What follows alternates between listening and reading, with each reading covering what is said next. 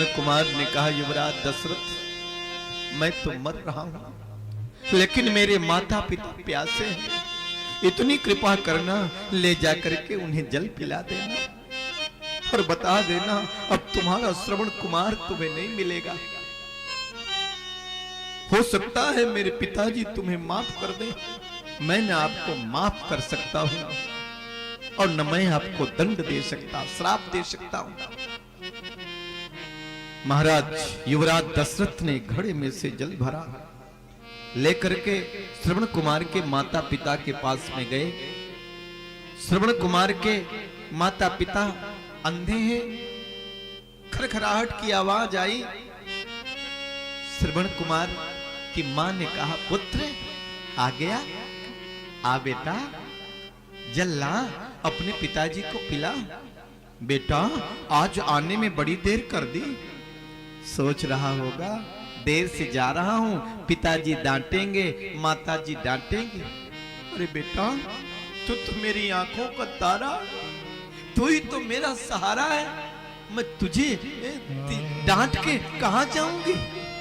ला अपने पिताजी को जल पिला दे। युवराज दशरथ श्रवण कुमार के पिताजी के हाथ में जैसे घड़ा रखा और श्रवण कुमार के पिताजी का हाथ और युवराज दशरथ का हाथ स्पर्श किया। श्रवण कुमार के पिताजी ने घड़ा उठाया, जमीन पर फेंक दिया, बोले तुम कौन हो? तुम मेरे श्रवण कुमार नहीं हो सकते, कौन हो? उन्होंने कहा, ऋषिवर आपने सही पहचाना, मैं श्रवण कुमार नहीं हूं, मैं युवराज दशरथ हूं, लेकिन आप जल क्यों नहीं पिए? जल पीजिए। श्रवण कुमार के पिता ने कहा, पहले ये बताओ मेरा श्रवण कुमार कहां है, मेरा पुत्र कहां है? बोले वो तो मैं बता दूंगा, पहले जल तो पीजिए। बोले नहीं, मुझे जल नहीं पीना, पहले ये बताओ मेरा पुत्र श्रवण कुमार कहां है? तुम कौन हो? युवराज दशरथ, युवराज दशरथ मेरा पुत्र कहां है? बोले मेरे हाथों से आपके पुत्र की मृत्यु हो गई, वह वीर गति को प्राप्त हो गया। जैसे श्रवण कुमार के पिता ने सुना कि मेरा पुत्र तो मारा गया, श्रवण कुमार की मां ने के कान में आवाज गई, मेरा पुत्र तो मर गया। उनने कहा, मेरा सहारा ही मर गया तो मैं जी के क्या करूंगी, और अपने पुत्र के वियोग में प्राण का त्याग कर दिया। श्रवण कुमार के पिताजी ने हाथ में जल उठाया और मरते मरते कहा, युवराज दशरथ मैं अपने पुत्र वियोग में तड़प तड़प के मर रहा हूं, मैं तुझे श्राप देता हूं कि तू भी अपने पुत्र वियोग में तड़प तड़प के मरेगा, तड़प तड़प के मरेगा। श्राप देकर के प्राण का त्याग कर दिया। आज महाराज दशरथ को दृश्य दिख रहा है। महाराज दशरथ ने कहा, रानी देखो देखो वो ऋषि मुझे श्राप दे रहा है, वो ऋषि मुझे श्राप दे रहा है। बोले कौन सा? महाराज कोई नहीं है यहां तो।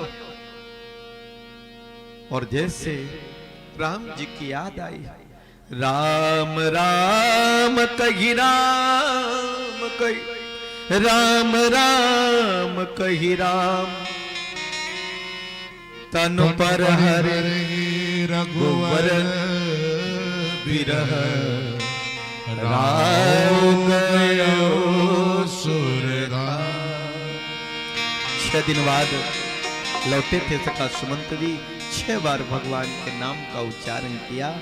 महाराज दशरथ ने प्राण का त्याग कर दिया। भरत जी को बुलवाया गया।